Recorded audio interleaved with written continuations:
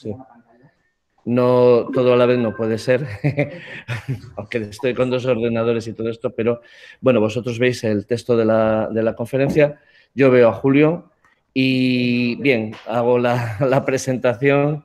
Bien, Julio Treboller es el fundador y primer director del Instituto de Ciencias de las Religiones y ya solo eso, evidentemente, justificaría su presencia aquí y el agradecimiento que todo el instituto le debe por esa ingente y hercúlea labor que fue la fundación del instituto en aquel momento en el que todo conspiraba para que aquello no saliera adelante.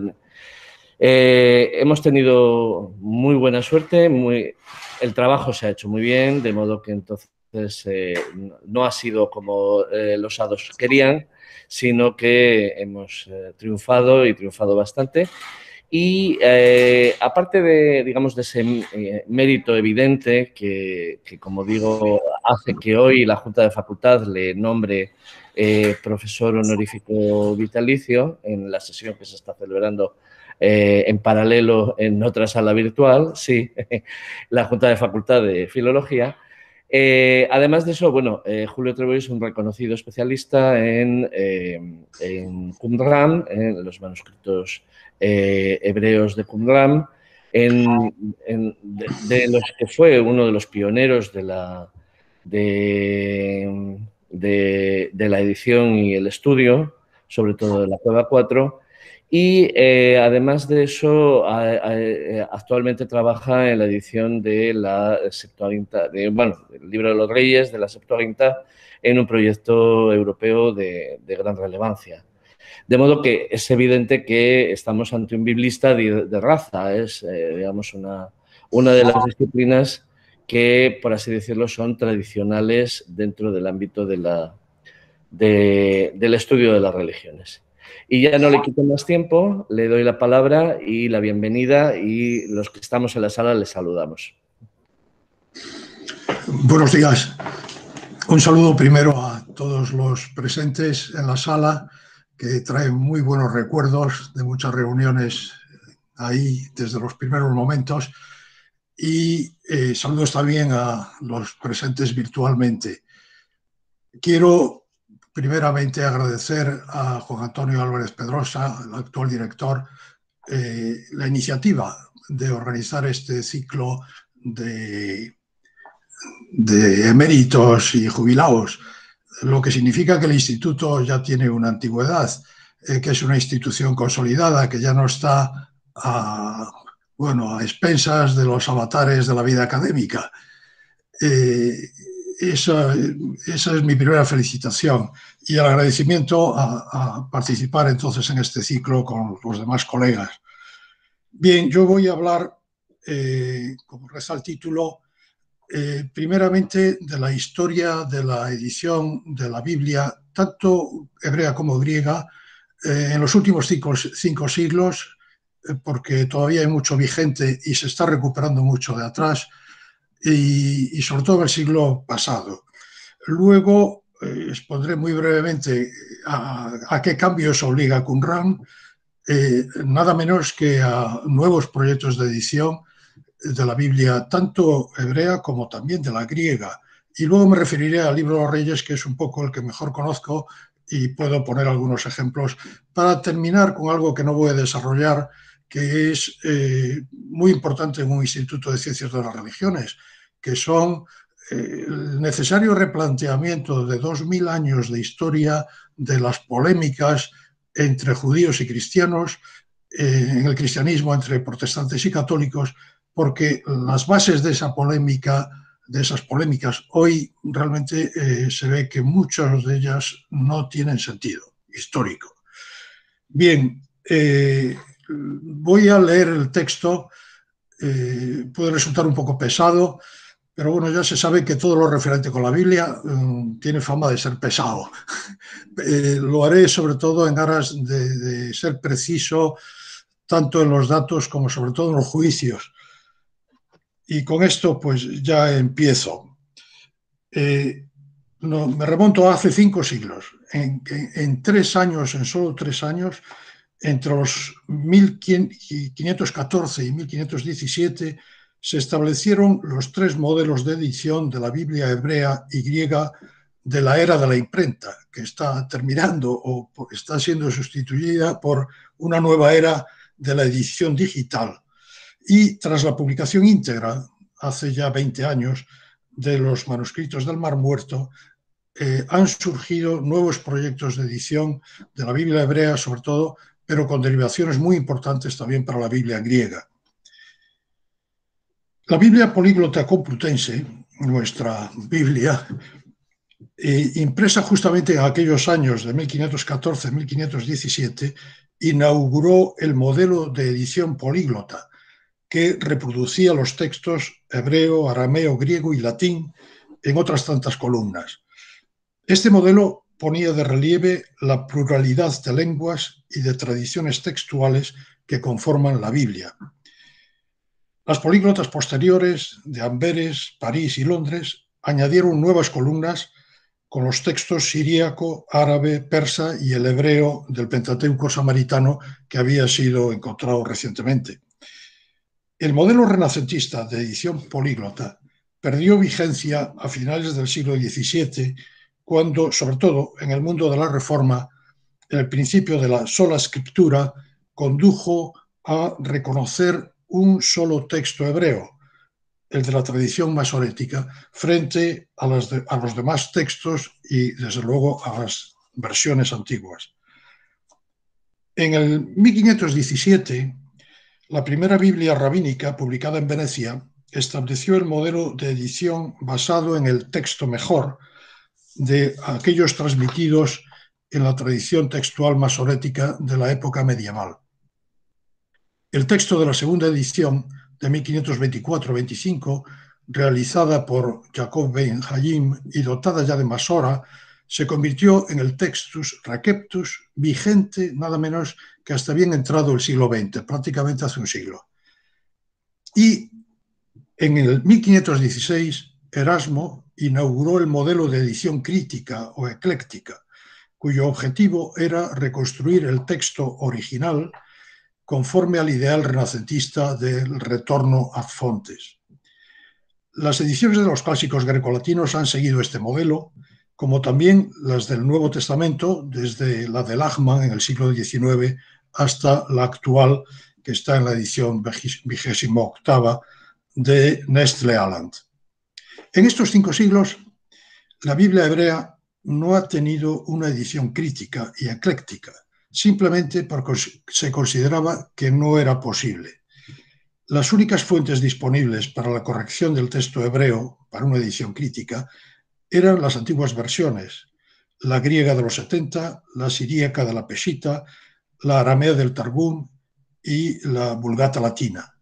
Pero las variantes de estas versiones siempre podían ser atribuidas a un deficiente conocimiento del hebreo por parte de los traductores o a toda suerte de errores, malos entendidos o interpretaciones exegéticas.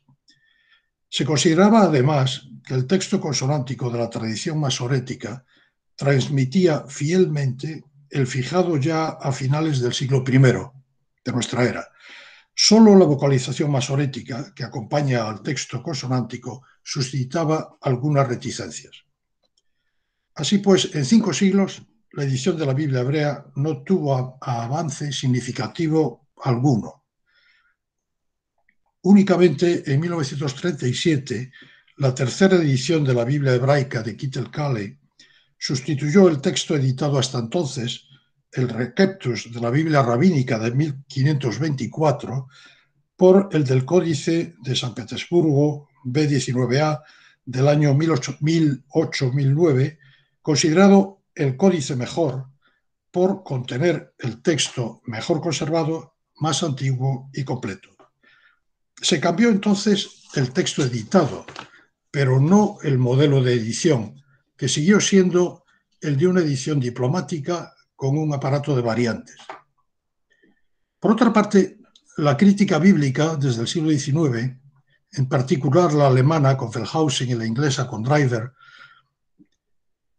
propuso durante muchos años en incontables comentarios y monografías sobre cada libro, numerosas correcciones basadas en variantes de las versiones antiguas, en particular de la griega de los 70, incluido el recurso a la conjetura textual, algo un poco extraño en el mundo bíblico para muchos.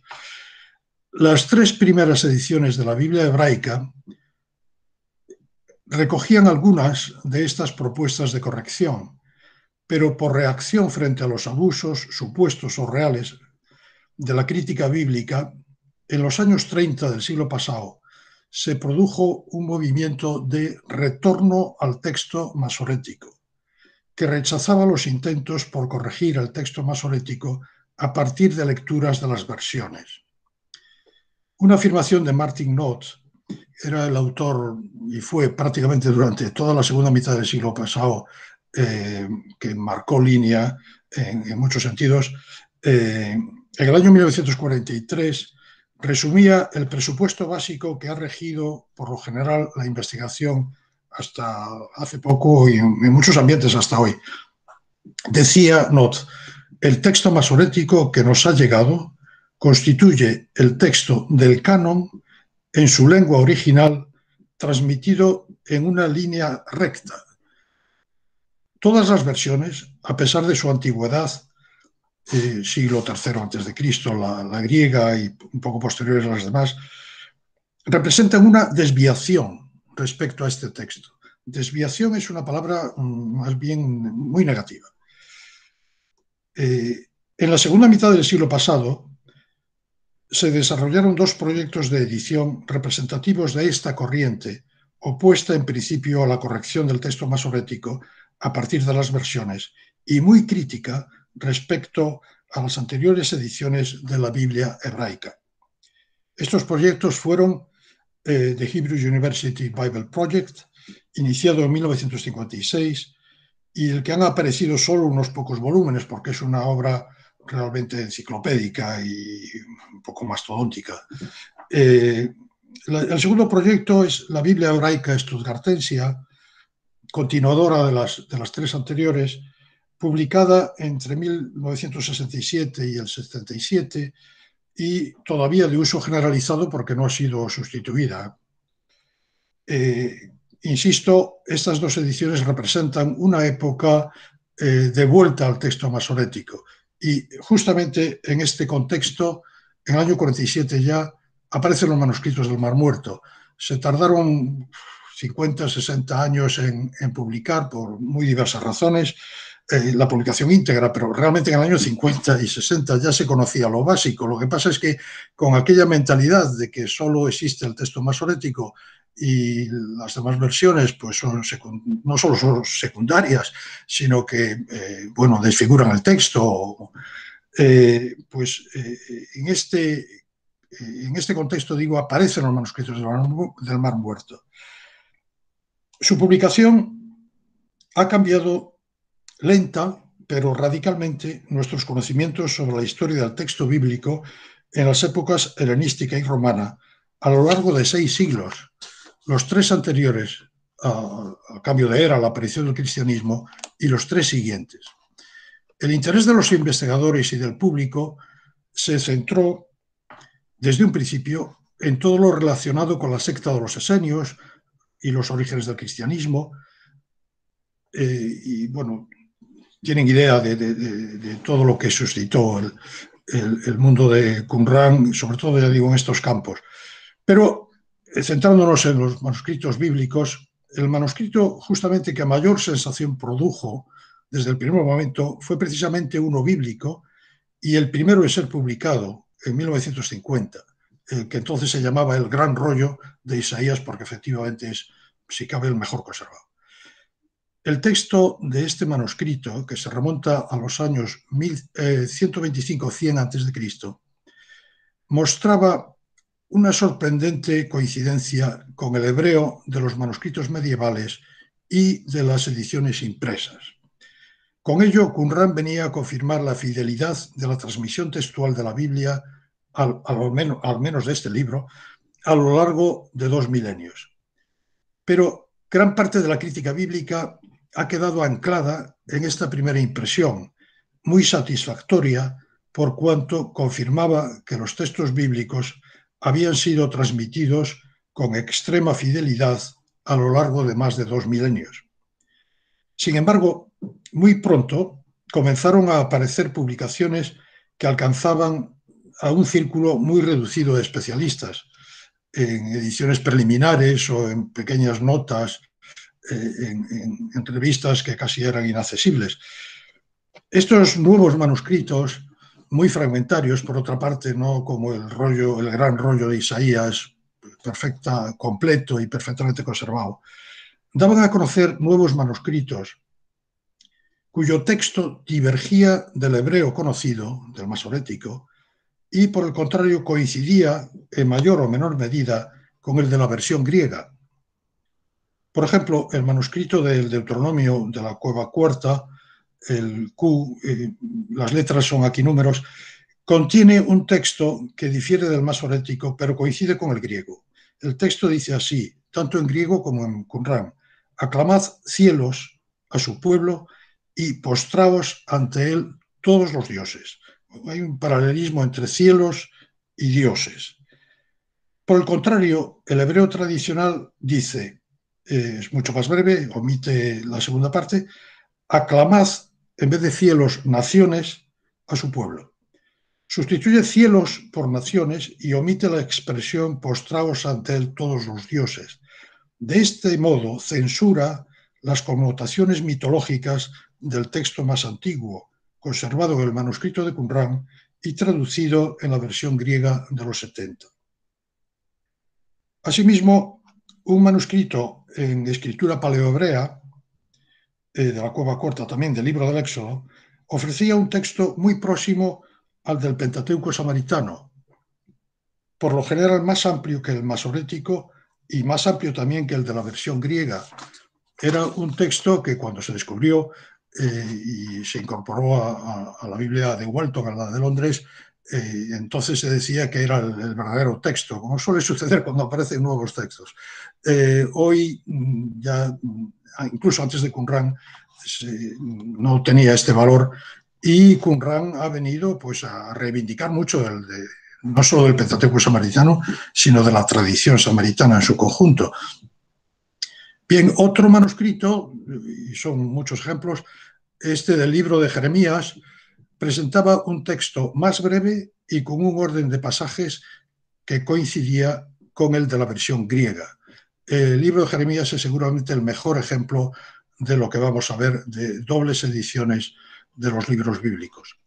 Qumran ha venido a probar que los libros bíblicos circulaban en varias ediciones, de las cuales la más breve era, como suele ser la tradición textual, era por lo general la más antigua.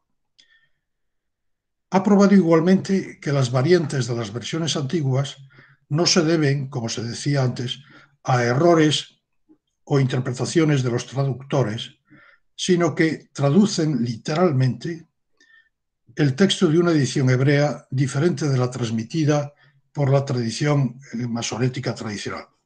Sin embargo, como ya indiqué al principio, predomina todavía hoy la idea secular, según la cual no existe más texto bíblico que el masorético, de modo que las versiones son desviaciones de este texto tradicional conservado con gran fidelidad desde la época persa hasta hoy.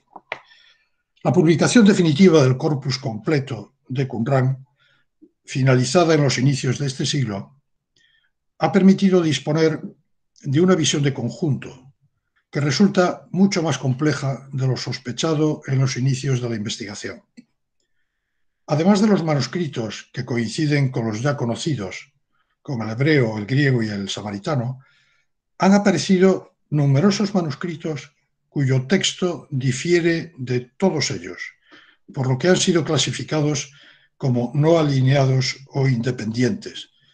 Para hacerse una idea de las proporciones, en Qumran han aparecido 800 manuscritos, en fragmentos evidentemente, y de esos 800, 200 y un pequeño pico son bíblicos, y son a los que me refiero aquí básicamente.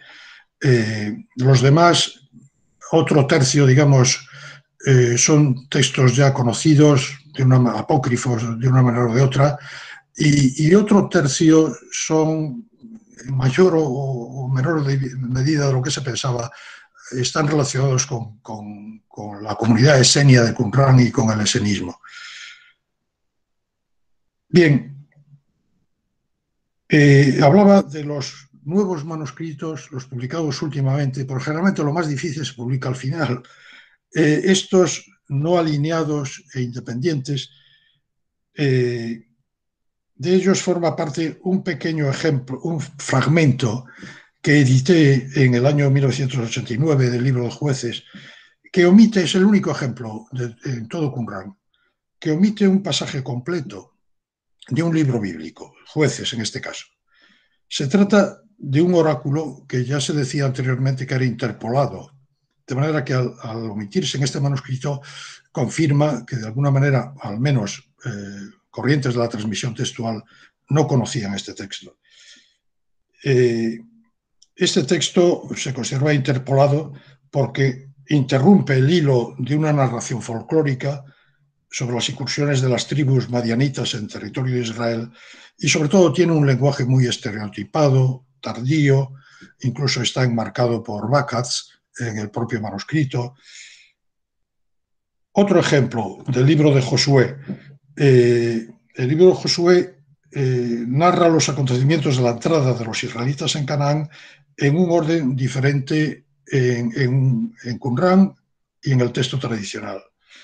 El manuscrito del Cantar de los Cantares, uno de ellos, el segundo, ordena las estrofas del poema de modo diferente al hebreo masorético. Por ejemplo, la estrofa «Bajé a mi nogueral a examinar los brotes de la vega» sigue una estrofa anterior que termina con el verso «Toda eres hermosa, amada mía, y no hay en ti defecto». Y se puede ver que en otras estrofas también tenían diferentes ubicaciones, lo cual demuestra que el Cantar es una antología, una colección de poemas amorosos, ya cuál es su origen, pues es muy debatido. Más sorprendente, si cabe, ha sido la aparición de numerosos textos parabíblicos. Todo lo anterior son textos con variantes, pero al fin y al cabo son bíblicos. Ha aparecido en los 40 volúmenes de la Editio Princeps de Oxford el número más bien voluminoso de textos. En el título figura textos parabíblicos, o sea que son muy numerosos.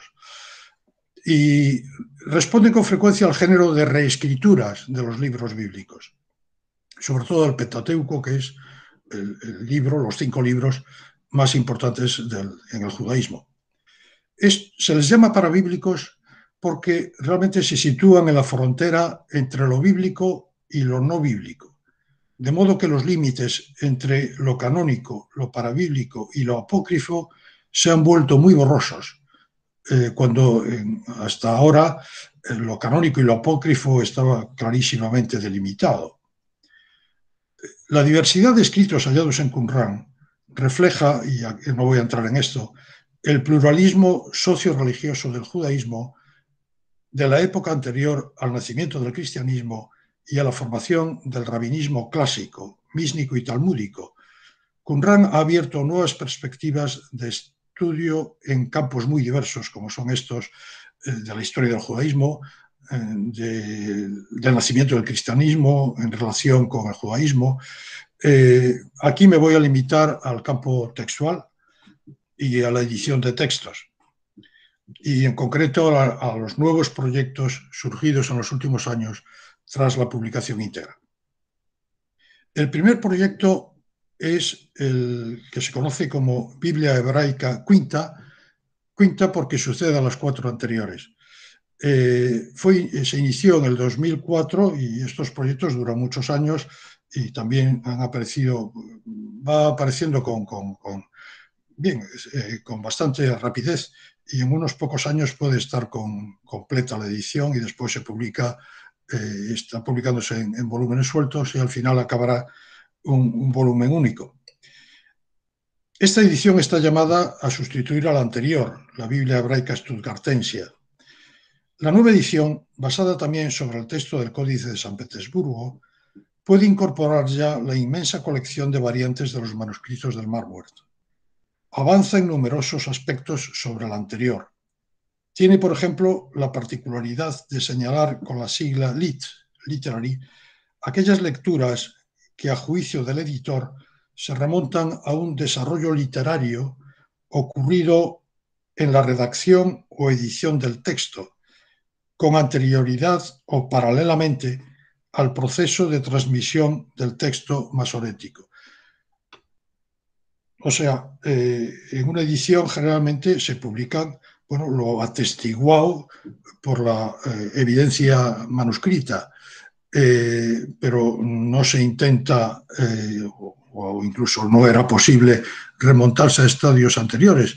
Pero justamente la nueva situación textual que revelan los manuscritos del Mar Muerto obliga incluso a plantearse esto, porque ofrecen posibilidades de reconstruir no solo el supuesto texto original, sino arquetipos de diversas ediciones y comparar unas con otras. Esta es la gran novedad de los manuscritos en lo que se refiere al estudio de la Biblia.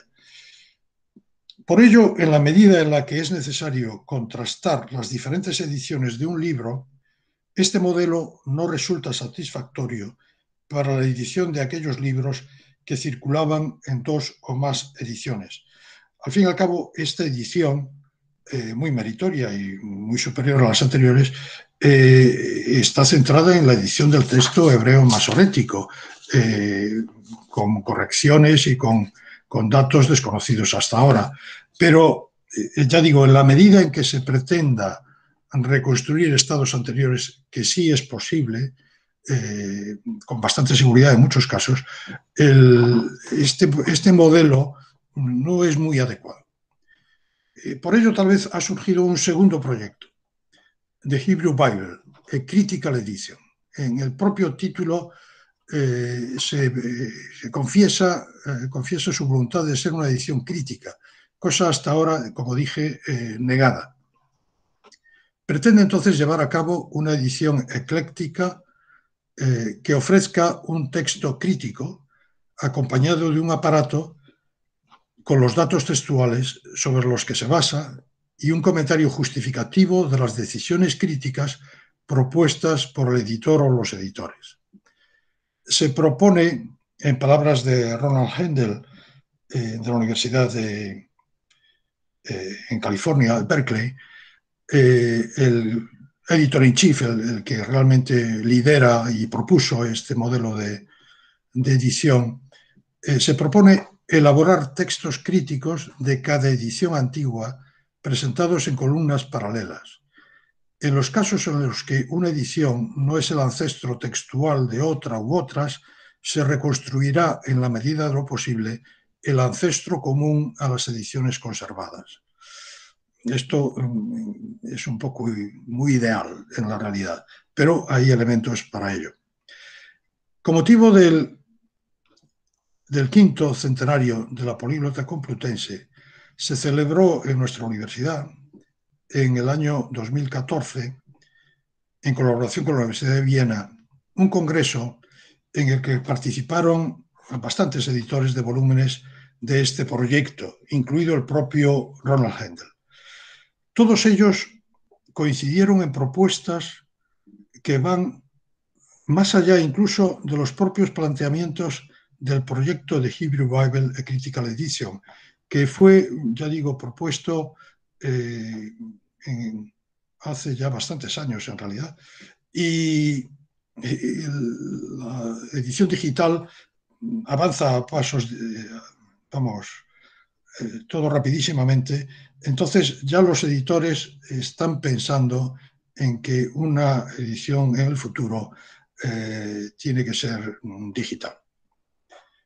Así, por ejemplo, según Sidney White Crawford, editora del libro del Deuteronomio, la edición ideal de este libro, del que se han encontrado en Qumran fragmentos de 35 manuscritos, debería tener forma de políglota y en formato electrónico, con 5 columnas correspondientes a las 4 formas textuales conservadas y una quinta columna con el texto crítico reconstruido. Y así un poco libro a libro, cito solamente, en el caso del libro de Josué, la editora Christine de Troyer habla de The Need for a Digital Complutensian Polyglot Bible, haciendo alusión ya a la Complutense como 5 siglos más tarde en edición digital. Se vuelve realmente a valorar la pluralidad textual, la pluralidad lingüística y el valor crítico de las versiones, porque traducen o conservan elementos de textos no masoréticos y evidentemente premasoréticos. Según ella misma, el estudio de la pluralidad textual del libro de Josué se beneficiaría de una moderna políglota digital en la que se han de ofrecer en forma crítica los siguientes textos: el Old Greek, o sea, el griego antiguo de la versión griega, el texto masorético, el manuscrito de Josué de Qumran. Son muy pocas variantes, no se puede hacer una columna de todo el libro, ni muchísimo menos. Y la Vetus Latina, que también, aunque en estado fragmentario, representa a veces un texto no conservado en otras lenguas. En el libro de Jeremías, que ya dije que es el más adecuado para este tipo de edición, la versión griega y los manuscritos de Qumran, de la cueva cuarta, el segundo y el cuarto, transmiten una edición breve, mientras que el texto hebreo masorético y otros manuscritos de Qumran, el primero y el tercero, representan una edición más amplia y con un texto ordenado de forma diferente. De nuevo, aquí es evidente que se pueden hacer, este es el mejor ejemplo, dos ediciones que en una edición crítica ecléctica se pueden representar en columnas paralelas, con todos los problemas que conlleva la reconstrucción de un texto hebreo a partir de uno griego. Y no entro en esto.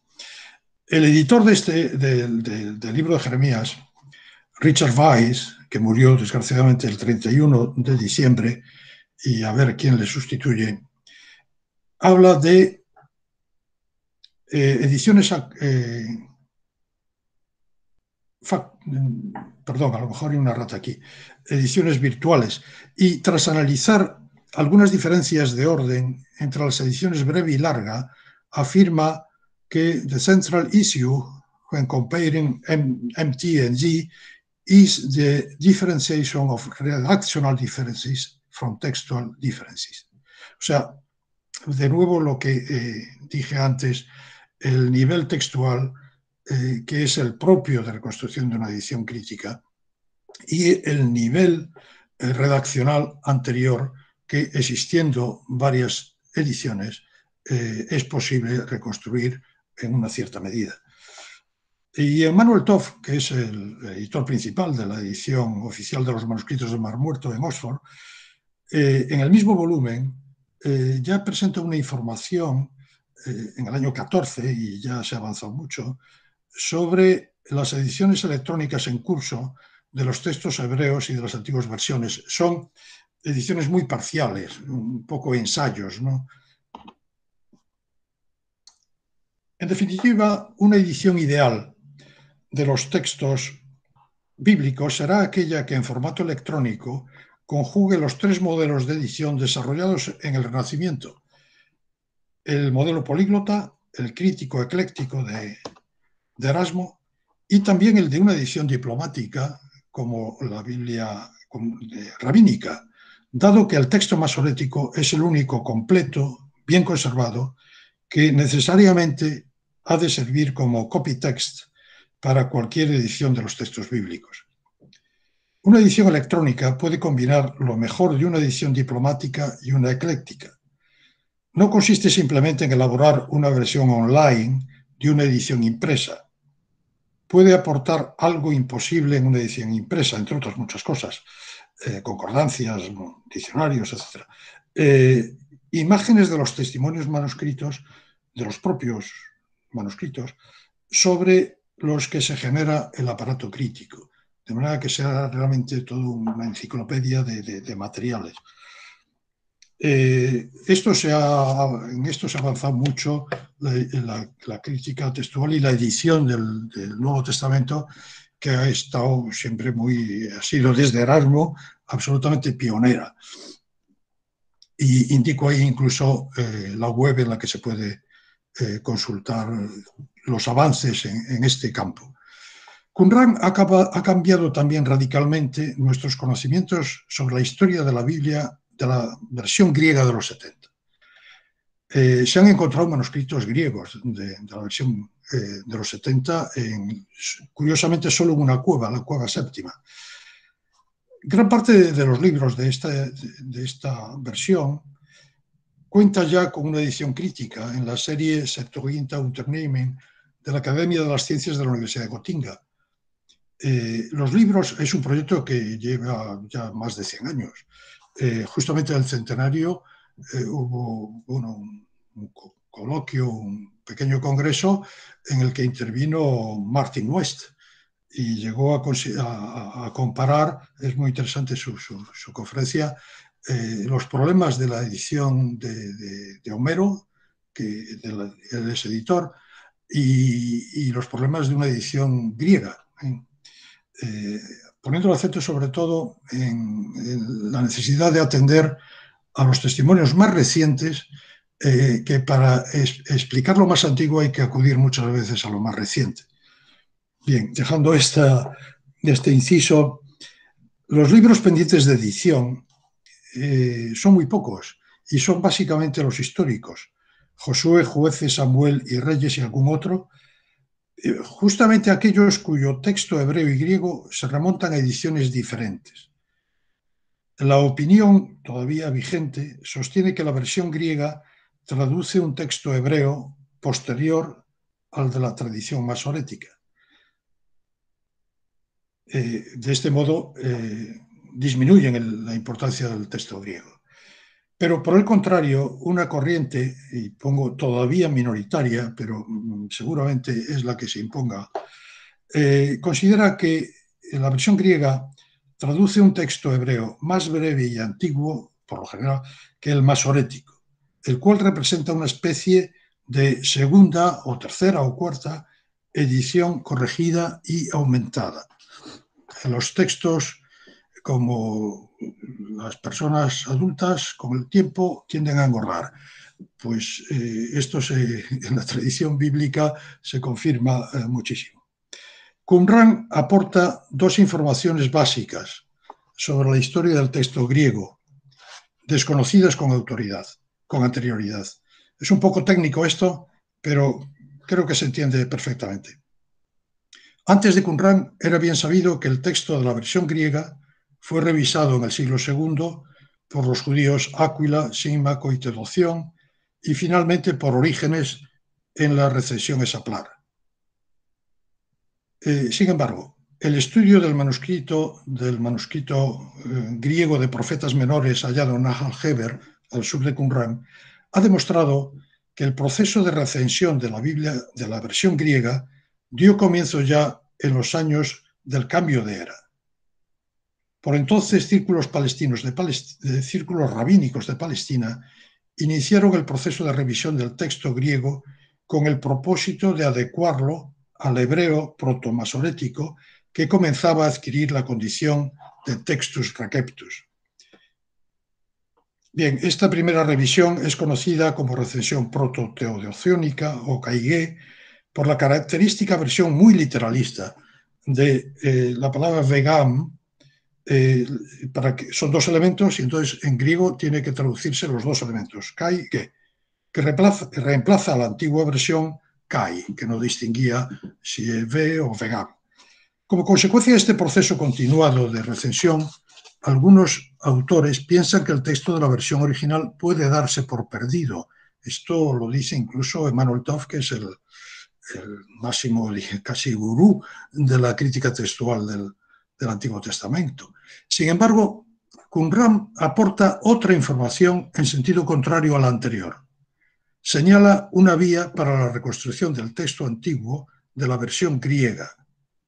Se trata del texto, entre comillas, luciánico de Antioquía, que por ser el más tardío y ecléctico era considerado carente de valor crítico para la reconstrucción del texto antiguo. Sin embargo, esta recensión tardía, efectivamente tardía, atribuida a Luciano a comienzos del siglo IV, por ser tardía y ecléctica, recoge elementos anteriores, caigué, exaplares de todo tipo, además de los derivados de una revisión estilística.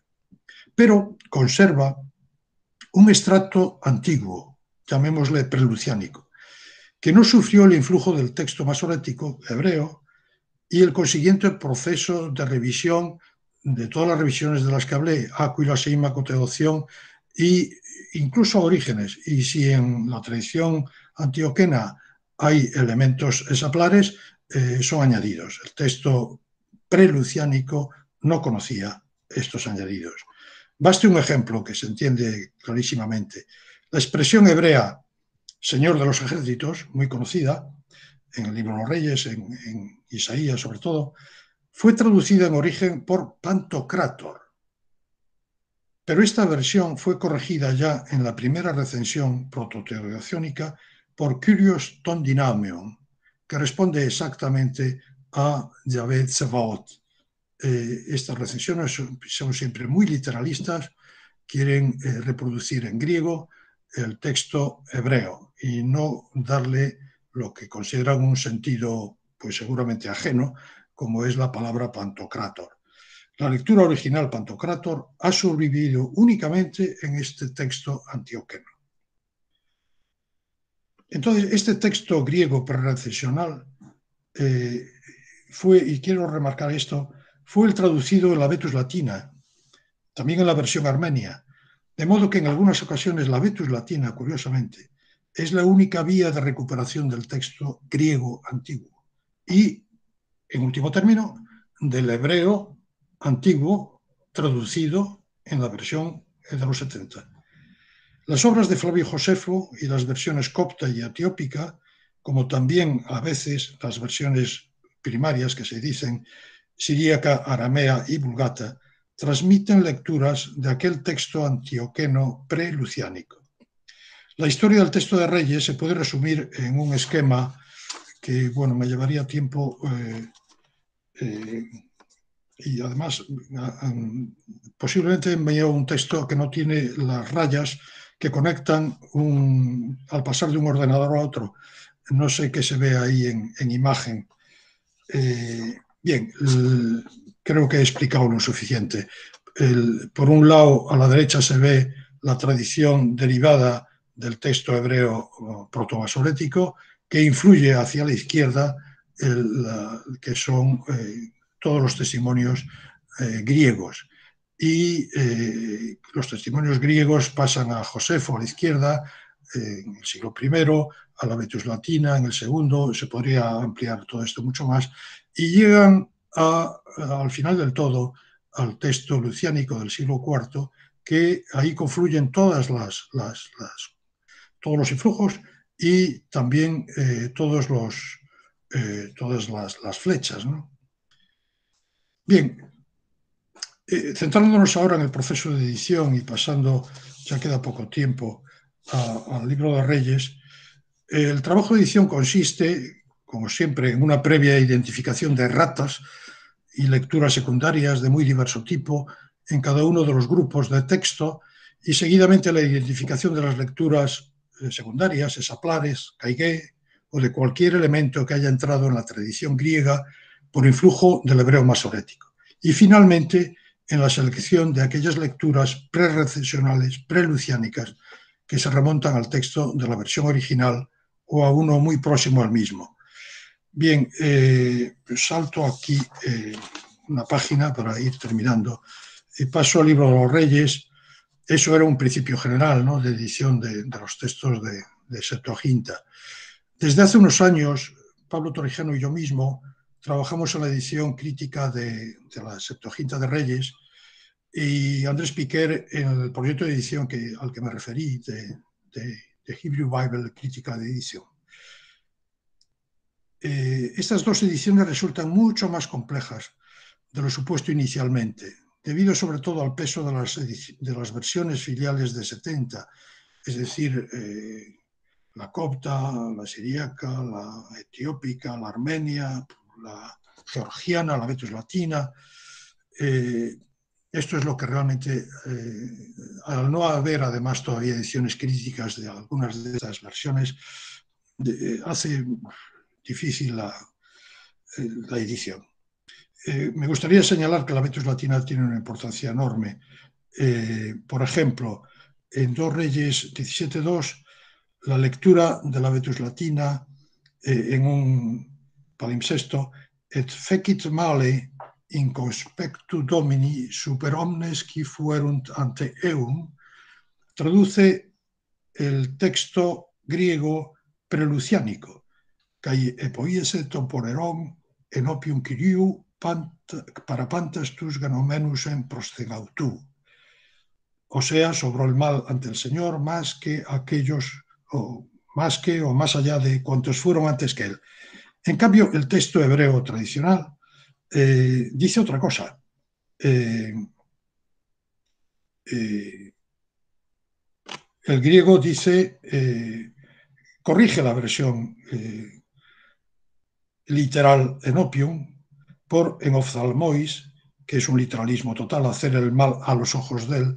La versión antigua traducía ante Yahvé, y por otra parte los términos para pantas tus ganomenus los sustituye por el hebreo tradicional, y es, pero no como los reyes de Israel, que fueron antes que él, ¿no? Bien, aquí vemos el tipo de variantes que a veces solo se conservan en la Vetus latina, pero son importantes. O sea, el juicio de un rey fue más malo que los anteriores o más o menos igual. Avanzando un paso en el proceso de edición textual, de análisis textual, la comparación de las dos ediciones hebreas, la representada por el texto masorético y la traducida al griego, permite remontarnos al estadio anterior al de la transmisión de ambos textos y estudiar el proceso de composición, redacción y edición del libro en sus dos formas textuales. Esto es lo nuevo que aporta Qumran. Antes, cuidado que se hicieron estudios y ensayos, pero no se contaba con elementos como los disponibles hoy. Por poner un ejemplo, en la edición masorética del libro de Reyes comienza con el relato de las intrigas en torno a la sucesión al trono de David que está ya enfermo, y bueno, dos bandos, sus hijos, se reparten ya el trono antes de la muerte de su padre. En la edición anterior, la representada por el texto griego, en su versión protoluciánica, este relato formaba parte del libro anterior, de 2 Samuel. El libro, en la versión anterior, terminaba con la muerte de David, como es el caso en otros muchos libros que concluyen así, como la muerte de Moisés o la muerte de Josué. Es algo, digamos, por lo menos más común. De este modo, el libro de Reyes comenzaba en lo que es hoy, en la edición masorética, el capítulo 2, versículo 12. Y continuaba con los relatos que sucedían a la muerte de David, perdón. Y en este punto comienza el texto del libro 3 de la versión griega. Y comienza además, esto ya es el texto caigué, el texto recensionado, mientras el texto no recensionado, mientras que lo anterior era recensionado. Bien, el libro de Crónicas representa otra edición anterior, según la cual el libro de Reyes comenzaba todavía más tarde, con datos del reinado efectivo, terminadas ya todas las intrigas precedentes a la toma real de posesión de Salomón. Los libros bíblicos tuvieron un complejo y largo proceso de redacción y edición. Ahora se podría desarrollar mucho esto. Todo este tipo de análisis no solo ayuda a reconstruir el proceso de edición anterior, sino la misma historia de Israel. El libro de Jeremías se dice hoy, no se puede estudiar la historia que cuenta el libro sin tener en cuenta el texto griego, porque es efectivamente más antiguo. Pues lo mismo pasa en Reyes. Por ejemplo, el texto griego preluciánico dice: no hubo un adversario, un Satán, en todos los días de Salomón. Supone que la época del reinado de Salomón gozó de una auténtica pax salomónica, no románica. Por el contrario, la edición masorética pone el acento en una sucesión de adversarios, de satanes, Rezón, Hadad y Jeroboam, que se opusieron a Salomón en sus últimos años. Y así muchos pequeños detalles en que los historiadores tienen que empezar a tener en cuenta la versión griega, que realmente no ha sido utilizada a estos fines prácticamente para nada. Y finalmente, hablando en el marco de unas conferencias del Instituto de Ciencias de las Religiones, quisiera señalar, y a través de un ejemplo, la nueva perspectiva de lectura de los textos bíblicos. El cristianismo se debatió desde un principio entre una tendencia helenizante de fidelidad a la versión griega, al Antiguo Testamento, y una tendencia hebraizante de retorno a la Biblia hebrea por tratarse de la lengua original del Antiguo Testamento.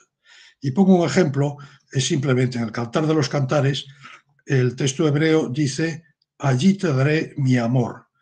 El griego dice: allí te daré mis pechos. No es más que una diferencia de vocalización, dodai o dadai. Lo que quiero señalar es que hasta el cántico de Juan de la Cruz, que dice: allí me dio su pecho, hasta esa época, hasta el Renacimiento, predominaba el texto griego, incluso en la versión de la Vulgata, húngara.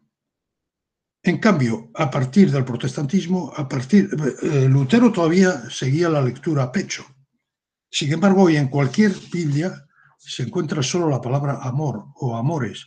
Incluso, y ya esto es lo más extraño que he visto, la Nova Vulgata, que debía de ser más Vulgata que Nova, dice: nam meliores sunt amores tui vino. Corrige la Vulgata. No tiene mucho sentido, creo. Bien, para terminar, la tendencia filomasorética de la crítica bíblica ha logrado eliminar toda huella de la lectura pechos, que solo sobrevive en el propio texto griego. Y esto sucede con bastante frecuencia. Qumran, en definitiva, ha venido a reequilibrar, entre otras muchas cosas, las tendencias helenizantes y hebraizantes de la tradición cristiana, que se ha movido en un sentido o en otro, y en unas zonas o en otras, a lo largo de la historia.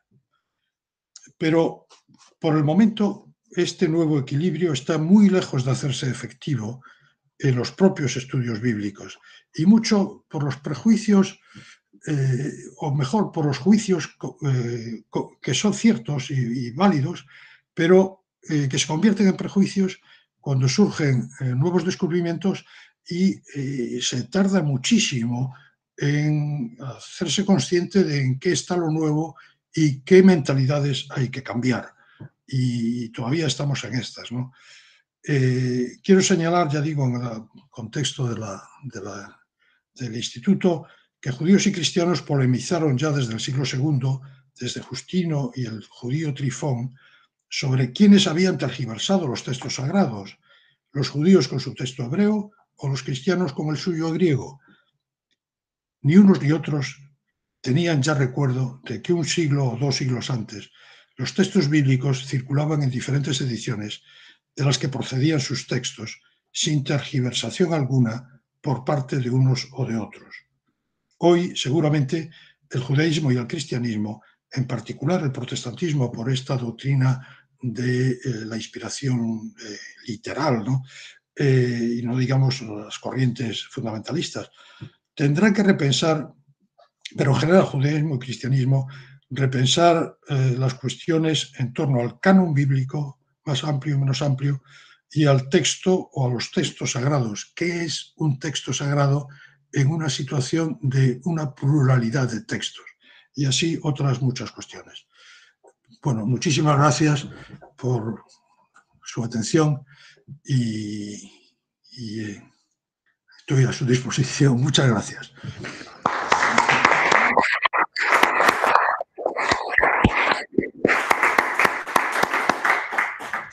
Muchísimas gracias, querido Julio, por esta presentación.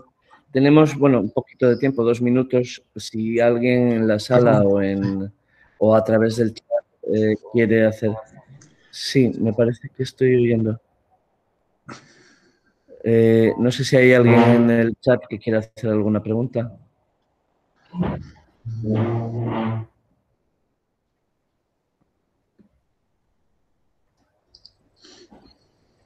Sí, Amparo, me parece que ha quitado el micrófono. Sí, simplemente para recordar que en el chat Ricardo Moraleja preguntaba si iba a ser posible descargar el texto de la conferencia por internet. ¿El texto de la conferencia? Sí, era lo único que quería yo comentar también. Y nada, y felicitar a Julio y darle un abrazo muy fuerte, Sí, que aún estamos lejos. Vale, sí.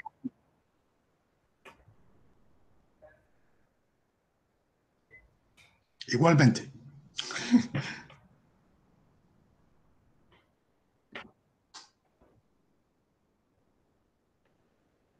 En la sala no sé. Sí, sí, hay una pregunta de a ver si le oyes. Sí. A ver, ¿le oyes, Julio? Sí. Vale. ¿Cuándo cree que puede estar lista esa magnífica edición electrónica de la Biblia? ¿Que cuándo estará disponible la edición electrónica de la Biblia? Imposible saberlo, porque sin duda que van a salir primeramente ensayos y de determinados libros. La infraestructura de una edición digital es enorme, o sea, se necesitan unos proyectos para diversas lenguas e imágenes.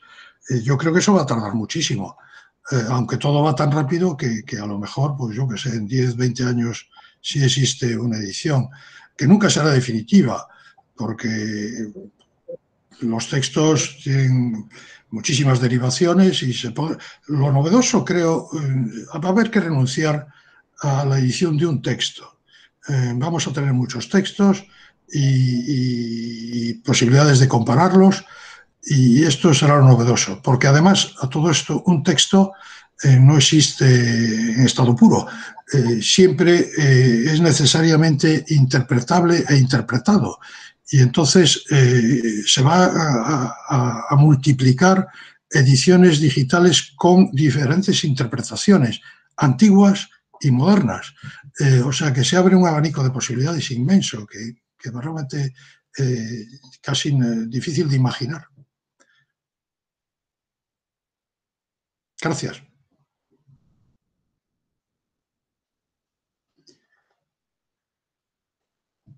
Muy bien, Julio. Bueno, pues vamos a terminar ya la conferencia. Gracias. Te damos las gracias de nuevo. Vamos a 5 minutos de descanso antes de comenzar la siguiente conferencia. Hasta luego, Julio. Dios, gracias.